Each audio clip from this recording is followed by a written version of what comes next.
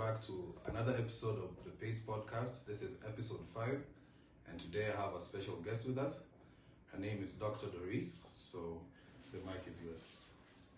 Hi everyone, I'm honored to be here, and I'm interested in knowing what Kehika is going to ask me. Okay. Okay. So, Dr. Dorris, being that you're not a Kenyan national, a Kenyan national. So before coming to Pace, what brought you to Africa? Where did the inspiration of Africa come from? Okay, so what got me started coming to Africa or being interested in Africa? As you know, I'm old. So growing up as a child in the 60s, you know, we knew that our roots were in Africa.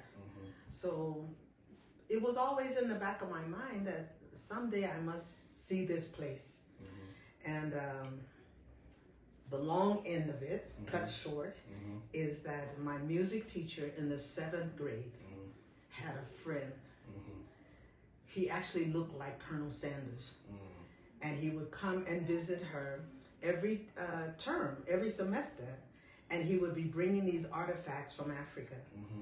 And we were supposed to be participating in whatever she was teaching us in music appreciation.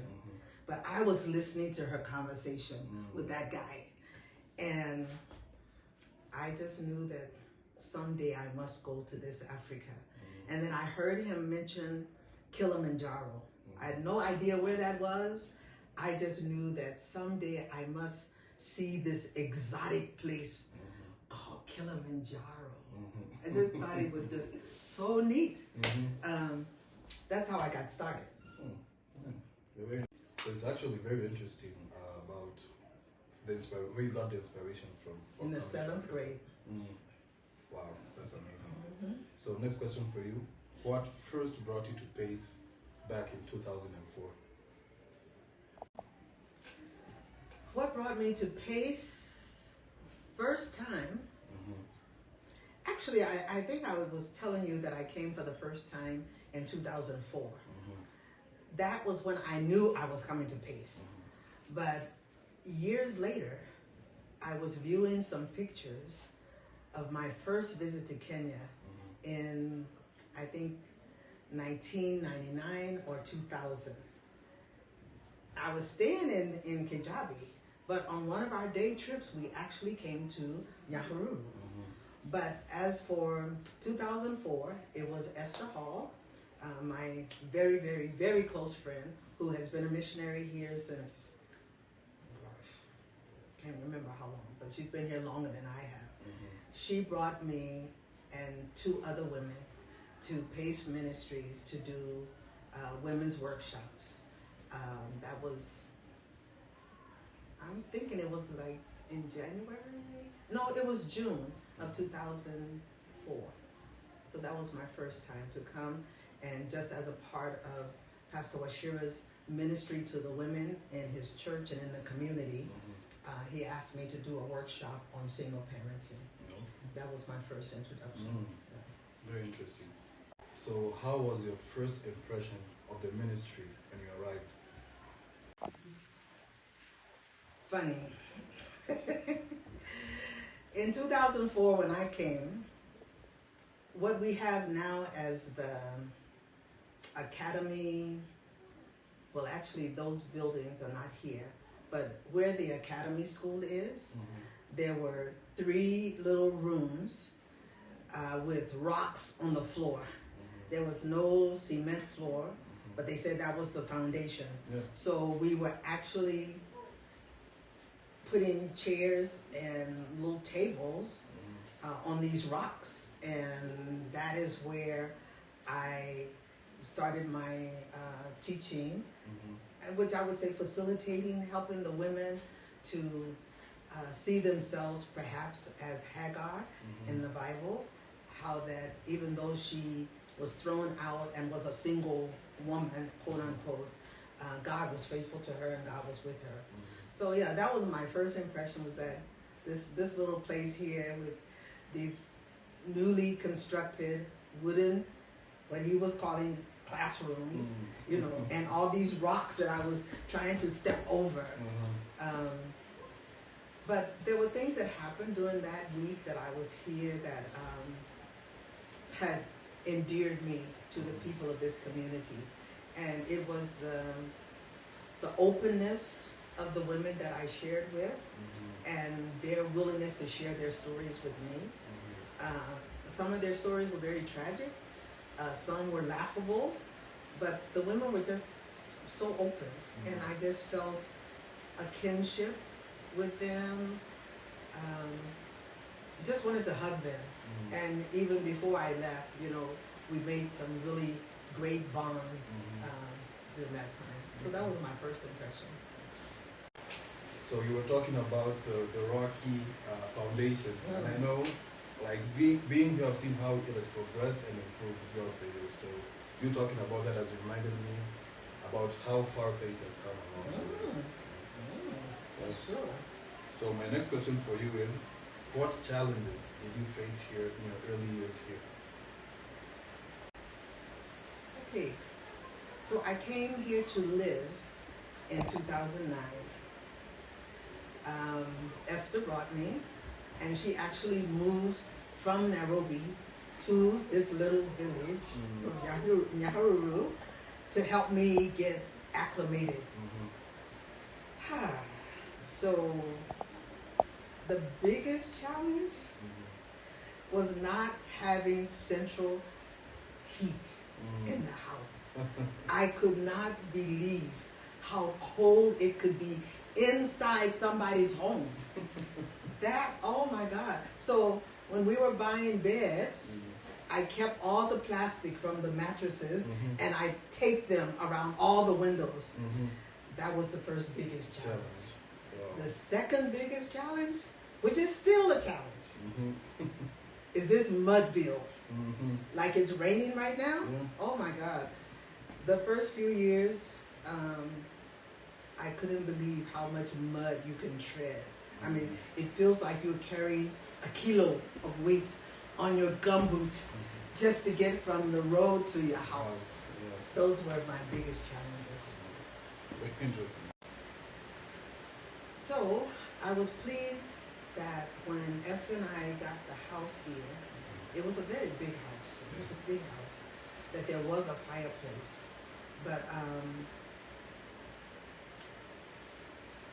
I think it was the process of getting the wood and then knowing the difference between dry wood and wet wood. That was a learning curve for me. Chopping it up. Yeah, I mean, fortunately, I had, you know, Cyrus, who was there to help me with that. But I think the biggest adjustment was, even though with the fireplace, with that big house, you still didn't feel warm.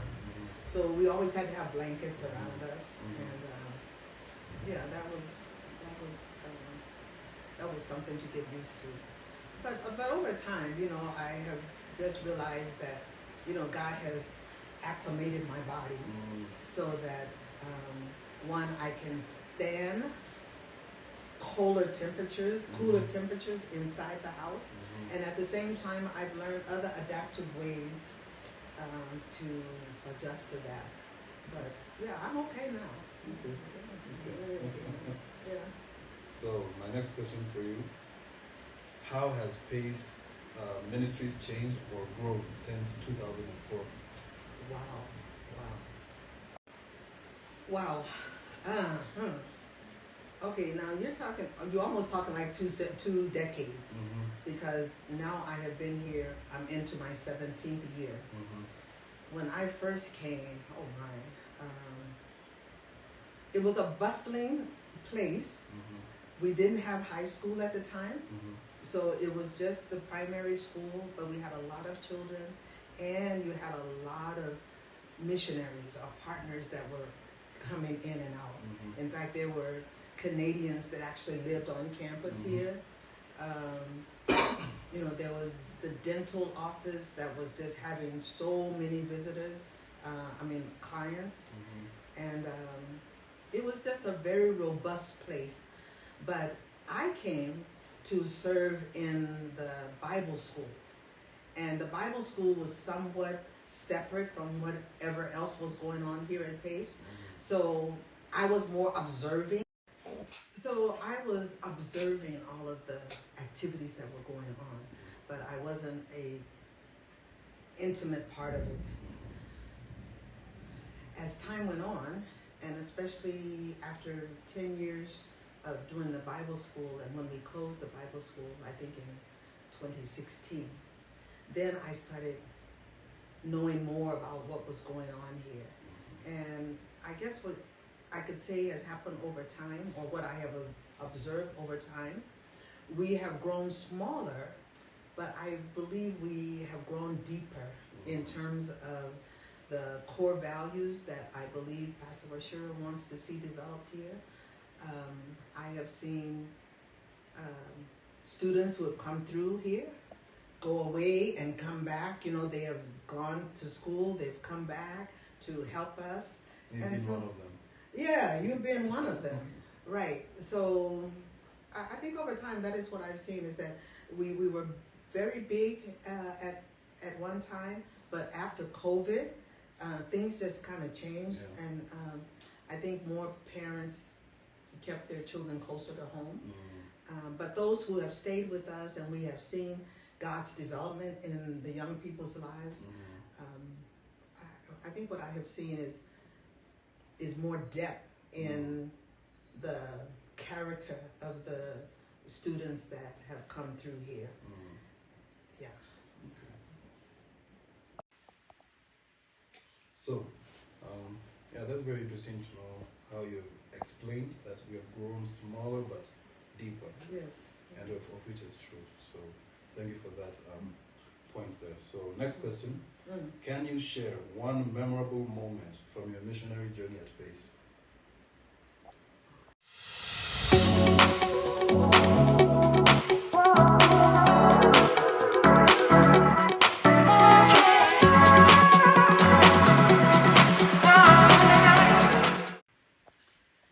Okay, there have been several memorable moments, but the most memorable one happens to be a sad one. And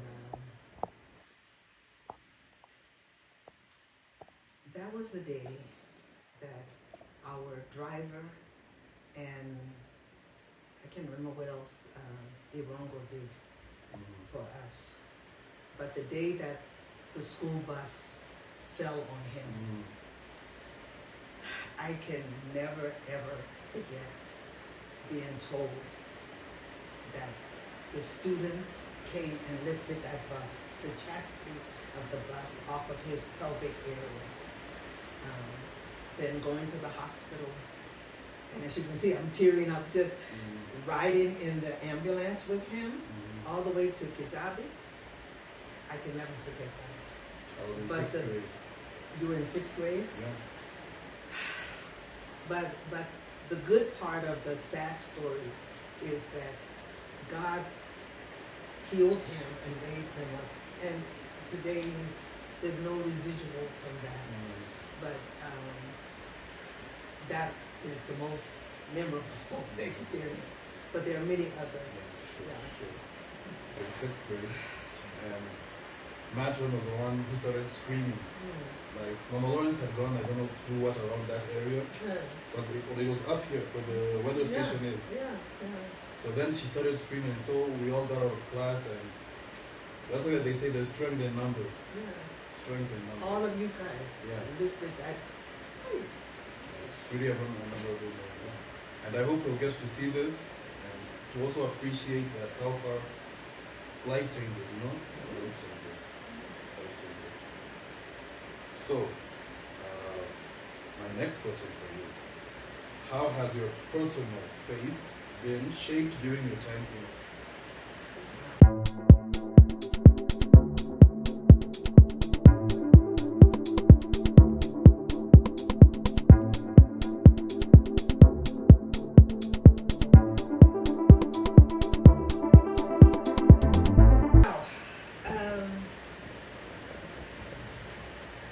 My personal faith has been shaped, twisted, and turned upside down since being in Kenya. Right off the bat, I can say I am far more advanced in my learning of what patience really is. I used to get so upset about, and you're gonna laugh at this, how Kenyans don't keep time. I mean, literally. I mean, there were times this 60-year-old lady is running from her house to make sure she's here on time, to find only nobody here. They come an hour later. But even though that may have been aggravating to me as a Westerner and as a timekeeper, in that acceptance, I've learned that God meets us where we are. And I have learned to appreciate people, even though they may not share the same time value that I have. And that, I mean, might sound like just a little quirk, but for a Westerner or for a person who's conditioned and way of thinking and outlook on life and worldview is so controlled by time, I laugh at God sometimes because He's making fun of me. Because I was conditioned to be more time-oriented than people-oriented. And I have learned, through so many experiences here, how to live in the moment. One good example is we did a mission trip to Marilao with the women in the community. And the bus broke down.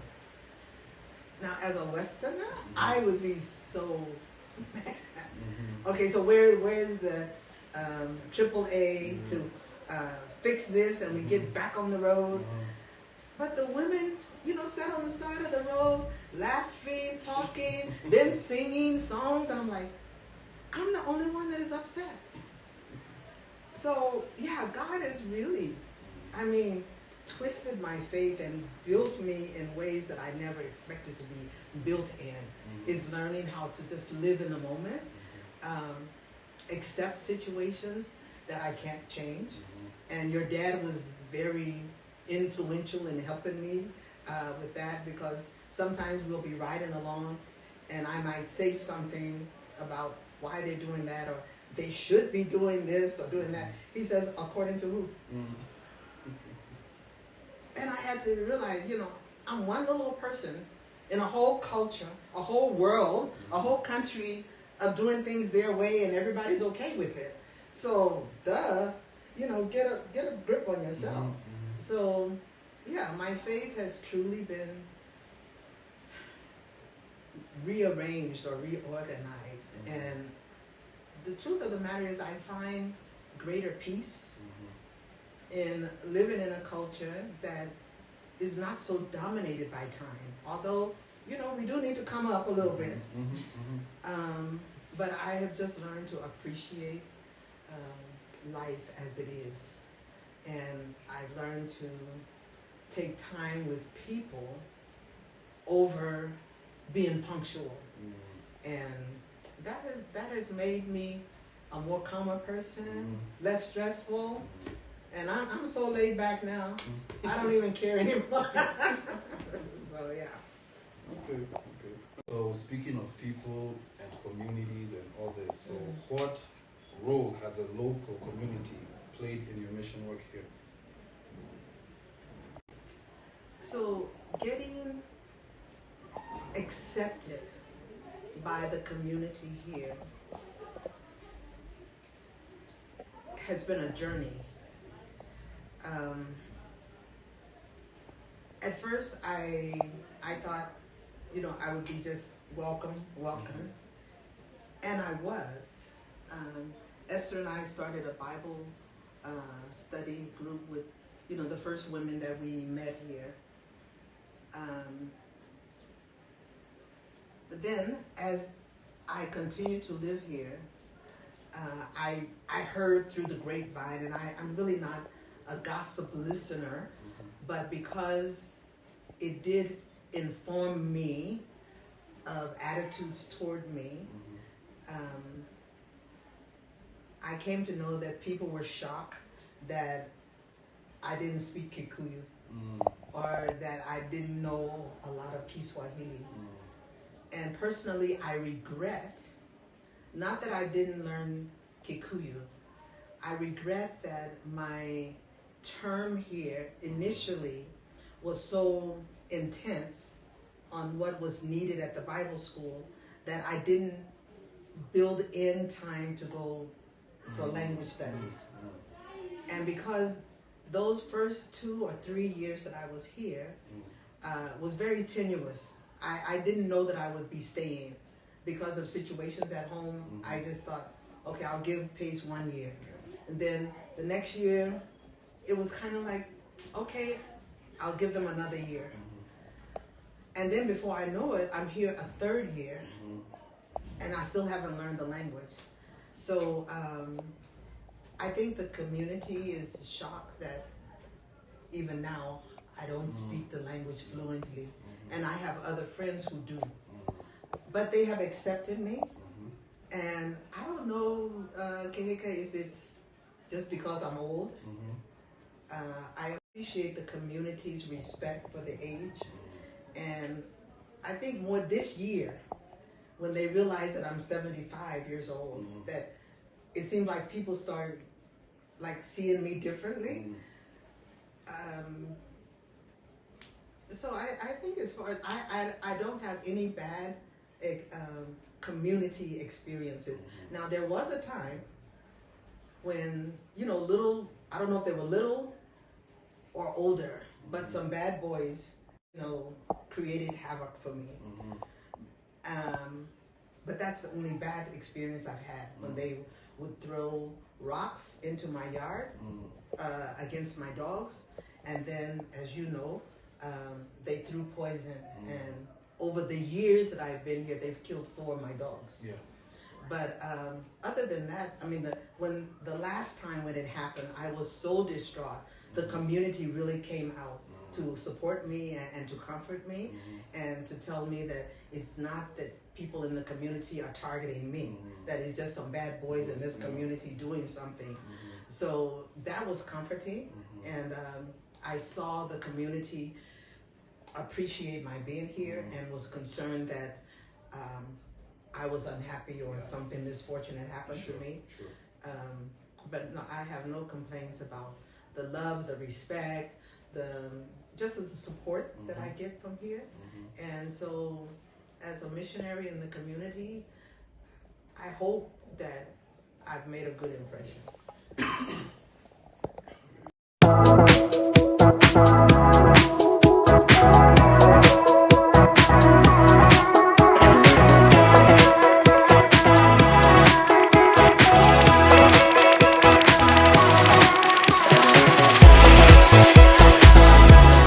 Speaking of community, if you can recall, a while ago, like, I think, was it last year or the beginning of this year? When did my dad come? Was it in March? He came March 16th. Yeah, remember we had an accident and the fence caught fire, remember? Yes. And you saw how much the people who came with water from all sides of the community. Yes. And yes. So that's one factor I can also include in how the local community comes up with people in the community. It's amazing. Because I was so shocked out of my mind, I was confused. Now I'm knowing my dad is going to come and kill me. His fence is down. For sure. I'm telling you. They came though. Yeah, you remember? Yeah. Even when Joyce's house burnt down. Yes. No, You can just go ahead.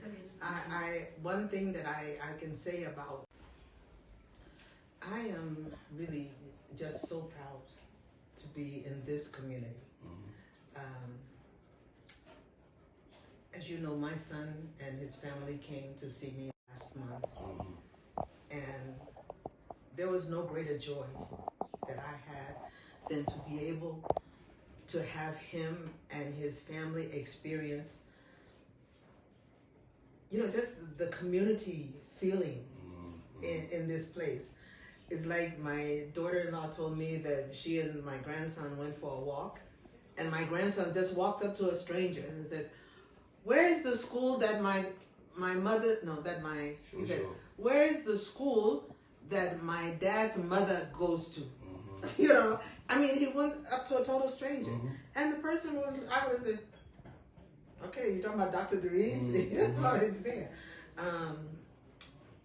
So I was happy for him to see that I'm in a community that I am loved and respected and protected. That to me is the greatest thing, that as a mother or a grandmother who's living away from her family, to have them come here and sense that that spirit of family, that was a real blessing to me. And I don't know what other community would give me that same kind of vibe or feedback, but this community has really shown me, and then now to my son, to have people now even asking me, "How is your son? How is your grandson?" No, it's a real blessing to me. For a missionary living in a foreign country for so long, for my family then to come and see that I am surrounded by caring people. The community has been good. So, next question. So, what keeps you committed to serving here after so many years? What keeps me here is knowing that this is where God wants me. That's what keeps me. But in addition to knowing that I'm in God's will is just so perfect and so on time. It's a very uncomfortable time in America now for Black Americans and for old people. So God is just awesome. He has provided me a place where I can survive and thrive and be comfortable. Sure. So I ain't going nowhere. As long as the Kenyan government will give me the right papers to remain here. That's what keeps me here. So knowing that God wants me here, and every day I ask him, what is your will for me today? What is it I'm supposed to be doing today? Because I know that it's not of myself that I am here. It is God who's brought me, and it's God who is sustaining me here. It's by design. Yes. Because I remember you said you've been, you first said that you came to Pace saying you'll give Pace 1 year. Yeah. 2 years. Now we're 17. Going on 17. Can't believe it's been that long. But yeah, you were like 3 years old or something like that. Very young. I was very young. Sure. Wow. So this has been our last question of the episode. This has been a really, really intriguing episode for me. Okay. Actually, I have a lot to say, but I'll just cut it short. That for me personally, Dr. Dorris, you've been an inspiration to me. Okay. You've been an auntie figure to me, and throughout the years, you've seen me grow, and you've been there for me. I can't remember any of my birthdays that you've not been there. You've always been supportive of me and my family right now, so I really appreciate you for that. Okay. Yeah, personally, that's personal. Thank you. Thank you. I feel the same way. Thank you. Thank you. So, for our listeners, I want you to tell us, what message of hope would you like to share with the listeners?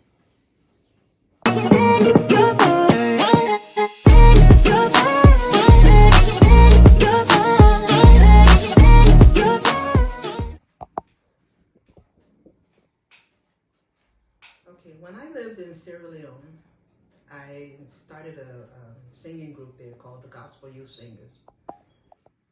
And one of the songs that we sung back then was, if you've tried everything and everything has failed, try Jesus.